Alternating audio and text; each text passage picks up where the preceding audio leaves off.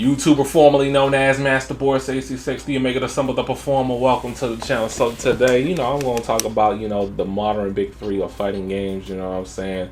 Having a chill day, and we're going to have a chill video, you know what I'm saying? And I'm going to talk about my opinions about these big three fighting games, you know what I'm saying? Street Fighter 6, Tekken 8, Mortal Kombat 1.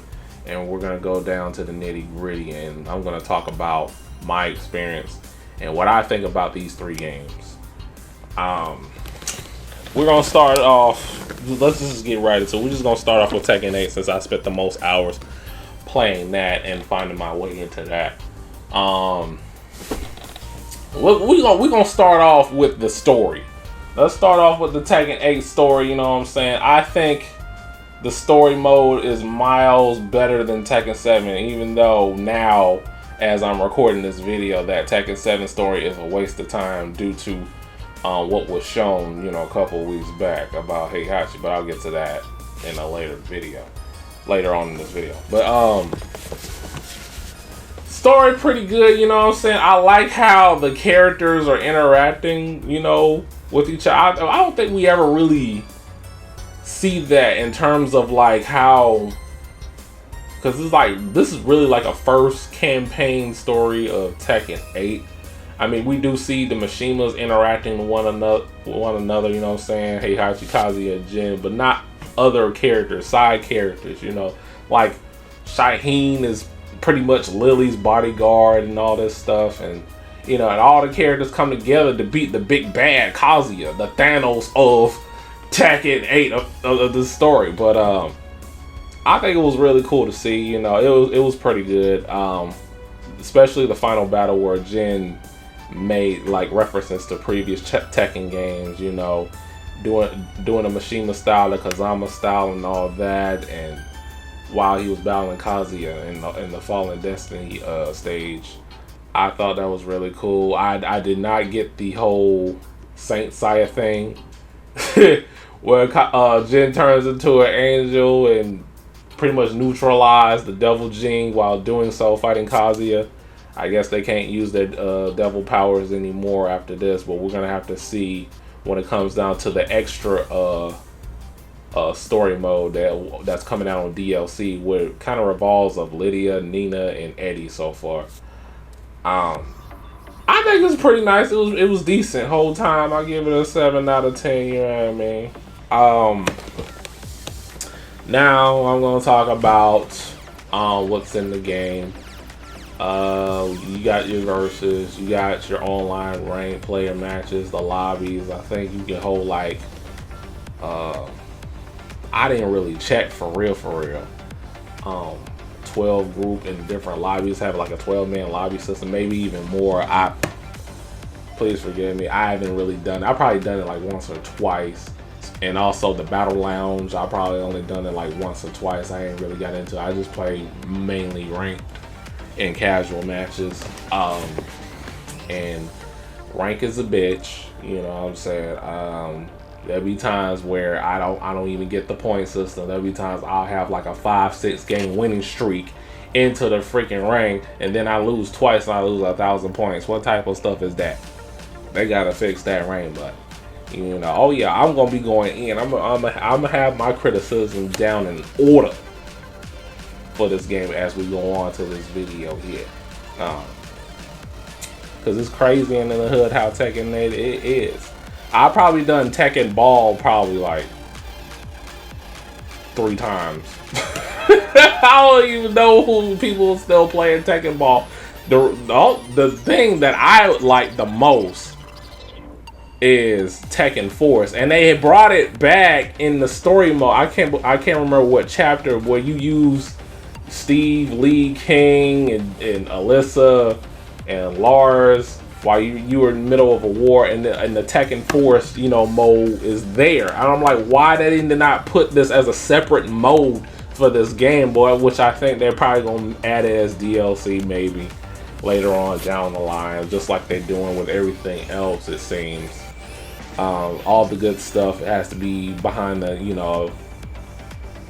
paying these developers, these companies, of getting what we want, as fans to the game.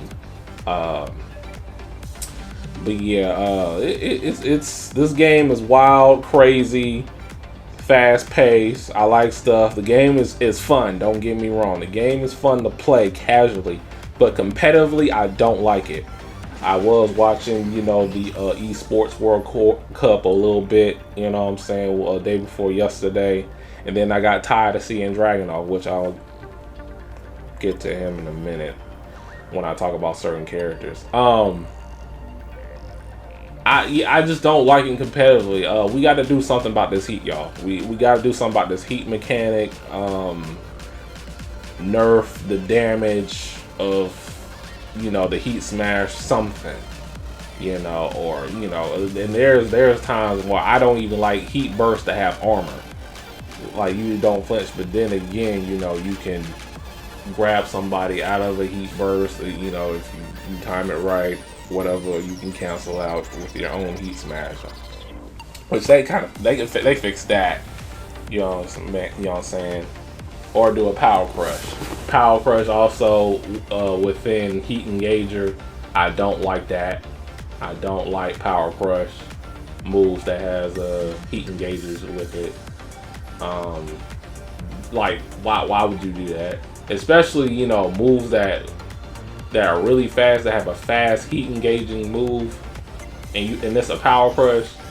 That's a pain. That's a pain. But I deal with it, and you know what I'm saying, that I just do my own thing. You know what I'm saying? Maybe I'll just do a rage art if my health is low. Maybe I do my own power crush to cancel out his power, he or she's power crushes. But other than that, the mechanic that's surrounded in regards to heat, which I feel is a Soul Calibur mechanic. It would suit well for Soul Calibur, not Tekken. Pretty much Soul Charge. But it has to be a way where, okay, you can, let's say, maybe this can happen, but I doubt it. You can only choose to do heat moves or rage arts. You can't have both. You have both. That you can just pop your heat in as soon as the match starts. And I have been into some battles where every time the round starts, they just, heat comes up. They just do heat burst. Every round. It is crazy. It has to be like a cooldown where you can use heat after the match starts. Maybe a 5-second cooldown or whatever. Or like I was saying before, you can choose to have heat or rage with the rage art. You can't have both. It has to be like you choose. Like in Tekken 7, you choose to do rage drive or rage art. You can't do both in one round or one match.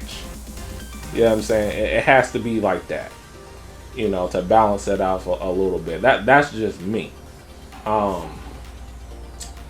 Yeah, I'm not like watching it. Watching Tekken 8 is not fun for me either. I'm like, okay, we're doing the same old blenders, putting people in 50-50s, and like we have to guess correctly on a certain way to counter it. Guess how to which way to sidestep in order to, like, whiff punish. And sidestep is a joke in that game, and I've already made a video about how other 3D fighting games have better sidestep than Tekken 8, and most of those fighting games were old. Sidestepping is a joke. Movement is a joke in that game. They really want you to play rush down super abare, and sometimes when you do stuff like that and playing certain characters in this game, like Victor for an example, you don't block. Most Victor players don't block. Most Victor players do not block.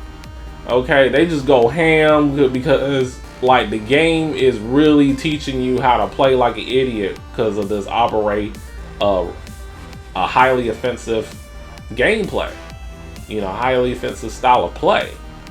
And sometimes that can invite bad habits to, you know, your approach in different fighting games that you might play besides Tekken. You know, because not all fighting games play like this. There's some fighting games that's a little more strategic and a little more tactical and defensive, while Tekken 8, you just rush. I like the rush down, but I like a balance of, okay, where are my defensive options? Where are my offensive options? It's just like you have offensive options. And I guess they probably want to name the Power Crush and Heat Burst as your only defensive option to do in a match. So yeah, that's about that. The Battle Pass can, you know, go away. I know that's probably not Harada's fault. That's a Bandai Namco issue. I don't think that's the Tekken team's issue. That's a Bandai Namco issue, I believe. I could be wrong. It could be Harada's choice. He'd probably be lying because he'd be lying about everything else. He lied about, hey, Hachiba Shiba is completely dead. About that. Now, I did a reaction video of Heihachi, you know, trailer, and you know how he's going to be in the story. You know, he actually in the story, he is alive. He's in the storyline, but I wouldn't have mind if he came back as a DLC non-canon, just like his wife Kazumi was in Tekken 7. She's long dead, and the way how you fight her, it felt like a dream match. I wish they would have did that with Heihachi, but he's actually alive, and now he's back into the main story, and now we're about to go revise the storyline all over again. It's a mess now. That's why I said earlier, you playing Tekken 7 story mode is a waste of time. And Harada and his bad writing in the Tekken team, they don't even take fighting game story seriously. I mean, I like the lore. I like lores of fighting games. Most people don't, but I do. That leads into something where you looking forward to the next game, and it shows a fighting game, it can have replay value because of the story. You know what I'm saying? I'm like other fighting games, I'm looking forward to the Fatal Fury story. I'm looking forward to, you know, more stuff for Street Fighter, Kings of Fighters, and all that. But yeah, him being alive and it's canon that really disappointment. It's just like the Tekken team is running ideas. They can't let a character die, and we're gonna get to Mortal Kombat in a minute, but you know, in Mortal Kombat, nobody really dies because there's different portals and dimensions and characters, and they just come back to life whenever. So nobody really dies in Mortal Kombat. But Tekken 8, I'm very annoyed by it as of right now. I'm not even really playing. That's why you don't really see me, you know, playing it in my videos. You know what I'm saying? I'm very annoyed by it because of how the game is. As I was explaining to you earlier, we gotta do something about this heat mechanic. And I mostly, you know, been playing my backlogs and playing other fighting games and doing like streams of me doing the fighting game roulette while I pick a freaking ticket and play the fighting game. You know what I'm saying? New or old. And yeah, I just, you know, I just feel like it's not really for me, but I can overcome it. I can overcome any fighting game, to be honest with you. It's just that I have to be in the mood to play Tekken 8, and I never felt like I have to be in the mood to play Tekken at all. All the previous Tekken games that I played in the past, played casually or competitively, going to tournaments, I didn't have to feel this way. But in this game, I do. You know, it's like you have to have the mindset of, okay, who I'm gonna put in the blender today, who I'm gonna like set up, do 50-50 setups against today. You know what I'm saying? And you know, it's just more of that. It's like they really want to have you play in one style, and I don't really like that when it comes down to this game.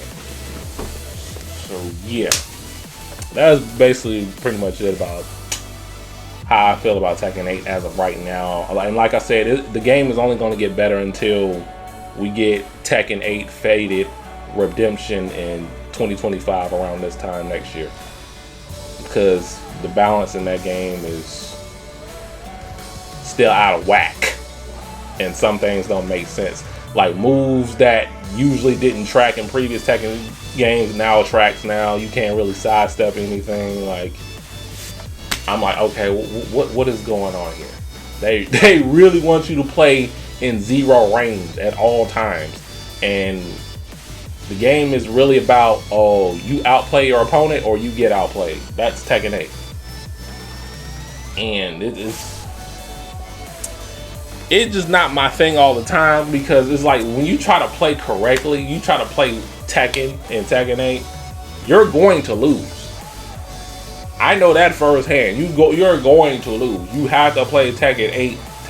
You can't play Tekken 8 like Tekken 2 or Tekken 3. No, you have to play Tekken 8. Because small Tekken, you know, it's cool and everything, but 9 times out of 10 you're gonna lose, because you know a lot of these people play like idiots, and even in offline tournaments, you know, some people play like idiots. I watched y'all.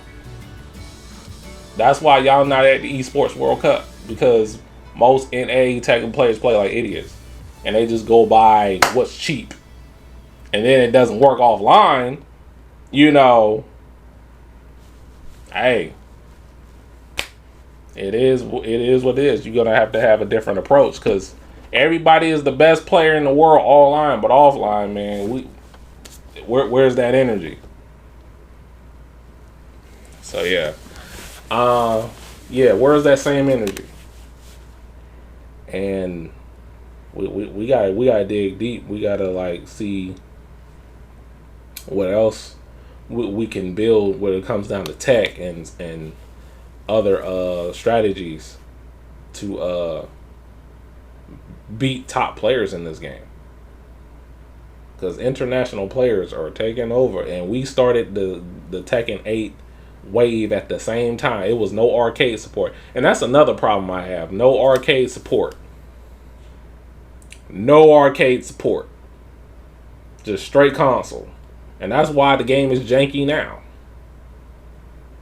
Well, yeah, that's why I feel about Tekken 8 as of right now. Alright, so I'm gonna get to the game I played the least, and that is Mortal Kombat 1. Mortal Kombat 1, I forgot what mode. Listen, I haven't played Mortal Kombat 1 in so long. I don't even know what modes are in that game. I think half of the modes in that game is still locked.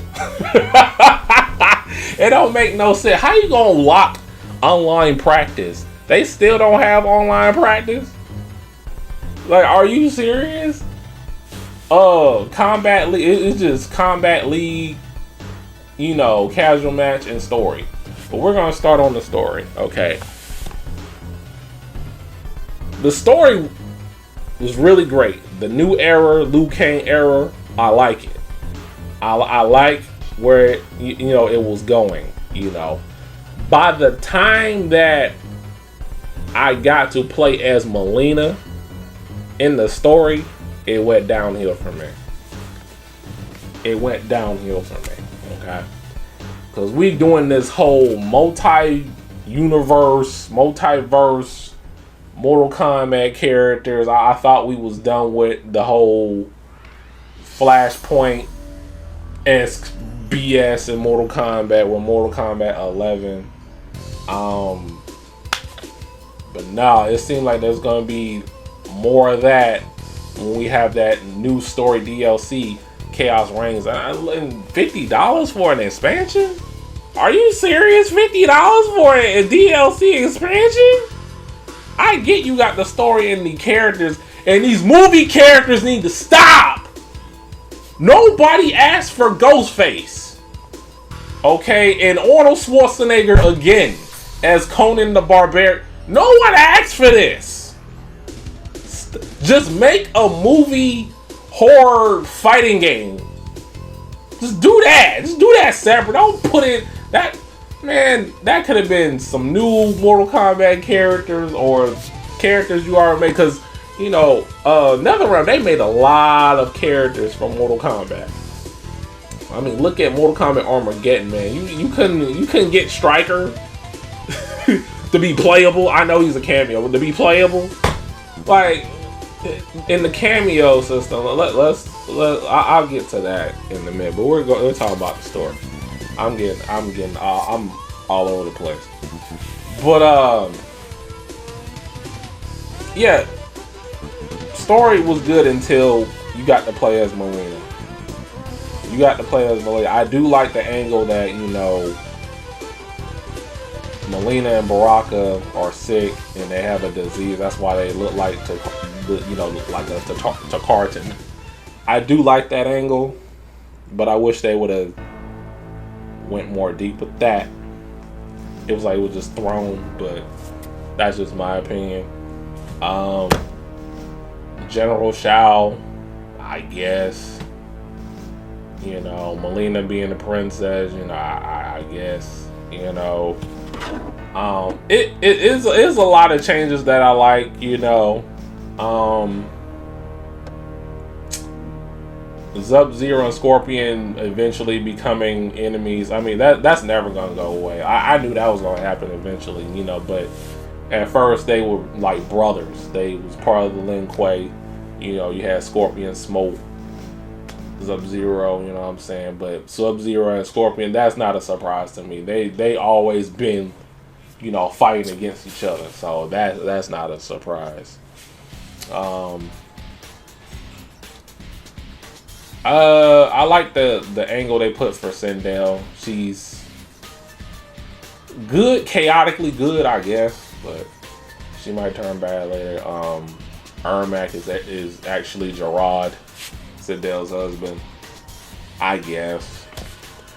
And the story really went downhill for me is the final part, the ending, where you have to choose a character, right? But there's a lot of Liu Kangs and Tanya's and Li Mei's and Raiden's, you know, that you can like pick from. It was like you're choosing a created character. That's what it felt like to me. You know, fighting getting to the top of the pyramid. I'm thinking Blaze is about to come out. No, it's just Shang Tsung and Quan Chi. And then before that, you battle different variations of characters from different, you know, universes in the Mortal Kombat realm, like Quan Chi, but he used Sub-Zero attacks, or Johnny Savage, or a freaking Scorpion, or you got Sonya Blade, but she's evil and she fights like Kano. I was like, what? Janet Cage. It tripped me out though, but it felt kind of dry to me. It felt dry. That's when it went downhill for me, you know. And then the final bosses is Quan Chi and Shang Tsung. You know what I'm saying? It was whatever. It was all right. You know, I wasn't really feeling that, and I did a video of me playing it for the first time and my opinion still stands. I didn't really like that, but you know, you got Havoc being the new big bad in this upcoming Chaos Reigns DLC story. It's different, you know. I'm looking forward to that, you know what I'm saying, but I don't know if I'm gonna pay $50 to, like, you know, get it and play it. I might just watch it on YouTube. Cause I haven't been playing Mortal Kombat 1 really since around this time. No, actually since January. Since January, February of this year. That was the last time I probably played Mortal Kombat 1. You know. Let me see. The online, from what I remember, it was okay. It was okay, but it seemed like if you fight somebody over 100 ping, it's bad. It is really bad. You can't really punish nothing. Flawless block is pretty much useless if you playing online. You know what I'm saying? They still gotta work on that. They probably still haven't worked on that. Let me know in the comments. You know what I'm saying? Because I have not been playing that game since February of this year. But yeah, man, and the invasion mode, cool concept, but it got boring real fast. It got boring real fast to me. You know what I'm saying? It wasn't really like why y'all took off the crypt? Why y'all ain't put the crypt in? I enjoyed the crypt. Okay, I enjoyed the crypt in MK11 and all the past Mortal Kombat games. Why put invasion? You know what I mean? Like, why'd you do that, Ed Boon? But yeah, the state of Mortal Kombat, man, you can play like an idiot and win. You know what I mean? The style of that game, offensive, call your cameos, put them on block stun, rinse and repeat. Cyrax was doing that for the longest. If you using Baraka or Johnny Cage, who probably still the best characters in the game. I don't know. I don't keep up with it. Like I said, this is my least played fighter game in regards to the big three. Yeah, it's a lot of that. I just want a Mortal Kombat game that is complete. Everybody has their complete move set. All the characters feel complete. No gimmicks, no variations, no cameos, no nothing. Like MK9. Okay? MK9, they was in the right direction. MKX, they was in the right direction. But it was 50-50s, all day, every day. Every time you wake up, in your wake up animation, you have to guess. What's coming up next? Hard guesses, hard reads. But everything, if it wasn't for the cameos, I would think this game would probably be much better. And there are some characters that are cameos or not, and they're not playable, that I would like some characters to be playable, and that's Sonya, Jax. It's kind of whack. It's kind of whack. Like, initially, when I first saw it, when they, Ed Boon first revealed it, I was like, okay, this is pretty cool. But in actuality, when I got to play the games for myself, I wasn't really feeling it. It probably looked better on paper. It probably looked better, on paper, but in actuality, the execution of it is not that great to me. And that's what I feel about MK1, guys. And now, we're going to talk about Street Fighter 6. Ladies and gentlemen. Man. Capcom threw down on this game. The presentation, the rollout, and still rolling out is probably the best out of all three of the big three fighting games.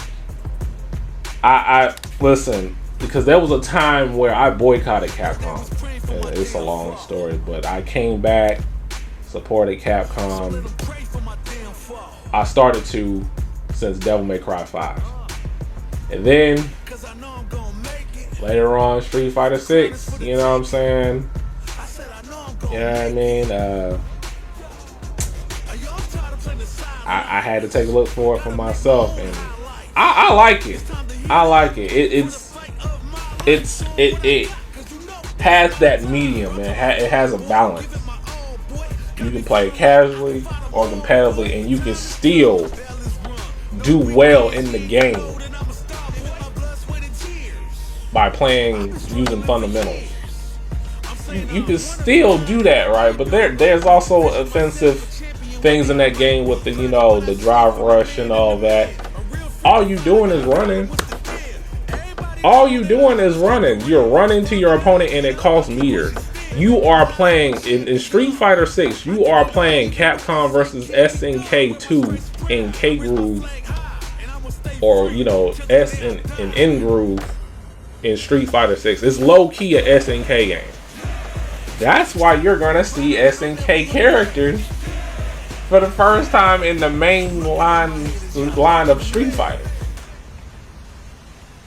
Terry Bogard and Mai. But yeah, I would say the story mode of Street Fighter 6 is filler because you're playing yourself, you're playing your own creative character. It's world tour. You're going all around the world to find the meaning of strength to you, and fight various opponents around the world, around Metro City, around Nashao, and go into the Street Fighter Legends and learn their moves and to level up and all that. I dig it. This is an open world beat 'em up. This is what Final Fight Streetwise should have been. Oh, that game was terrible. But anyway, yeah, it's presentation. I like the hip hop theme. You know what I'm saying? They did this before with Street Fighter Third Strike. Even though it had house music, a fusion of many other genres where, but it's all hip hop DJ scratching. I feel like there was better candidates for them to do this for Street Fighter 6. They could have brought back Infinite again. That's just me. Shout out to Infinite. But it's still decent. I like it. I like the soundtrack. I like they're taking risks. They're taking risk, in this game. You know what I'm saying? They're not like, if I was to hear Street Fighter 2 remixed again, it would have drove me crazy. I'm glad they took a risk of having brand new music themes for all the characters that's been in Street Fighter before, like Ryu and Ken, Chun-Li. But the new characters, I dig it. The profound thing I found in Street Fighter 6 is the cover art. They are really pushing Luke hard. I've never seen Capcom pushing a new main character this hard like Luke. They didn't push Alex like this because Capcom didn't really have faith in Alex. And at the time, Capcom was over making Street Fighter games because Street Fighter Third Strike technically was supposed to be the last Street Fighter game. They wanted to move on to something else and make other genres of games. But they are pushing Luke, Jamie, Kimberly hard. And that's why the cover is so profound. And, there's mixed reviews about people don't like the cover art. It should have been, all the characters. Which I agree, but I feel like they was making a statement like, hey, this is our guy. And whatever you like it or not, Luke is here to stay. Like the arcades, which is pretty much the story. We find a little information about certain characters.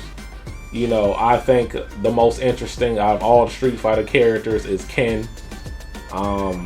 Before they had like a manga or whatever, like I said, the rollout of Street Fighter 6 is amazing. They had a little, kind of little manga of Ken, being set up by JP, who's supposed to be the new big bad of Street Fighter 6, but I don't think that's gonna be the case anymore because we have now Bison. Bison is still alive. Yeah. I'm gonna get to that in a minute. But yeah, Ken has the most interesting plot of any character in this game because of the situation he's in. He wants his son to be protected. He's worried about him. He thinks, that. And you have to look after him in the world tour. There's a mission where you have to see if Mel is okay.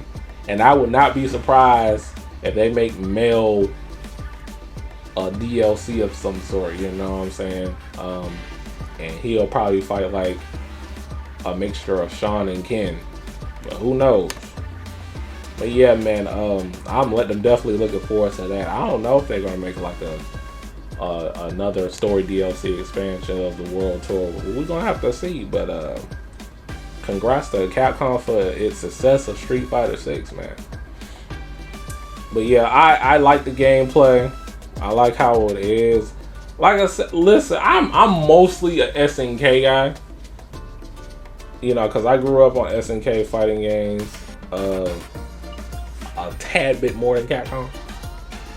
But I can hang with Capcom fighting games. Street Fighter is no biggie. Like, I guess that, you know, used to, you know, Fatal Fury games and KOF, that Street Fighter 6 seems like child's play to me, you know. I will say that for like SNK fighters, they mostly play SNK games like Shao Hai. Like, you don't even see Street Fighter 6 as that tough. Like the main Street Fighter players do. It's Street Fighter, Hadouken, Shoryuken, Tamati Puken. It's that, and with, you know, drive impact, drive rush, overdrive moves. You know, you got your drive gauge. You know what I'm saying? You use that. You got your level 1, level 2, level 3 supers. It's still Street Fighter. It's not gonna lose that core identity. You know what I'm saying? Because that's why I feel about Tekken 8. It lost its identity trying to do something new. It doesn't feel Tekken anymore. Street Fighter still feels like Street Fighter, and Mortal Kombat still feels like Mortal Kombat. You know? But that's just my opinion. I don't know what you guys think, but I don't have a problem with it like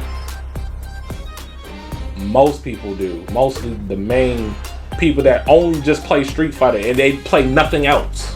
They play nothing else, just Street Fighter. They don't play no other fighting games. See, I play tons of fighting games. You know? Because, you know, a lot of, you know, the Street Fighter community is complaining about the game and whatnot. I don't have a problem with it, you know, to an, well, no, I don't have a problem with it. Nope. I was gonna say I do, but not really. It's just that you gotta stay on your toes, you know? Like, you have to, like,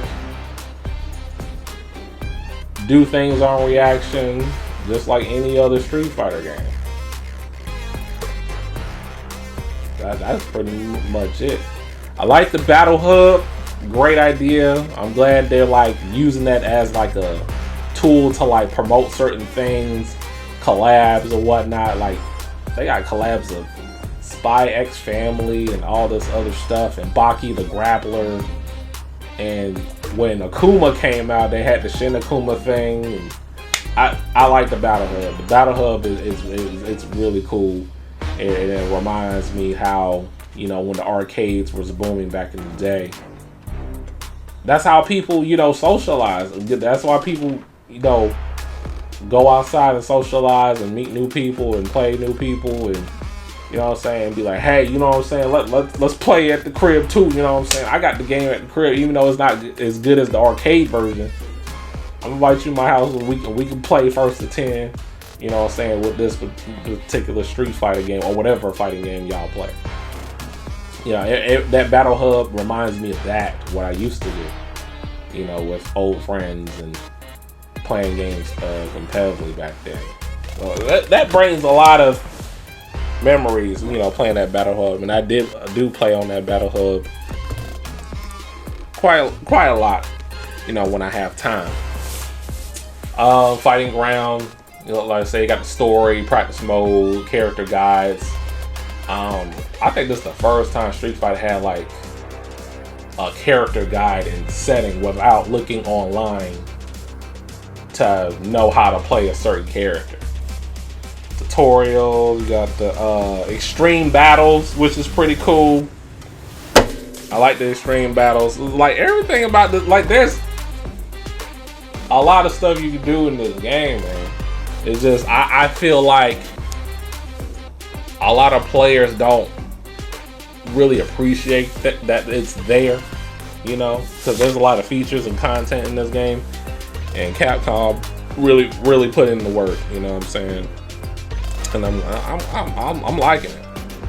I'm liking it now. I'm definitely going to be playing it a lot more when Terry Bogard comes out. He's going to be a problem in that game, but I'm going to tell you right now. Terry is going to be good in this game, but what y'all really need to worry about is Mai. If you thought C Viper was bad in Street Fighter 4, we going to check out who's really the OG of... If they make her to weigh how she usually play in Fatal Fury, she's gonna be a problem. She's gonna break the game for sure. It's really my sharing new y'all should be worried about. But yeah, so that's my truth, my opinion about all three games here, all these three fighting games here that are supposed to be the big three.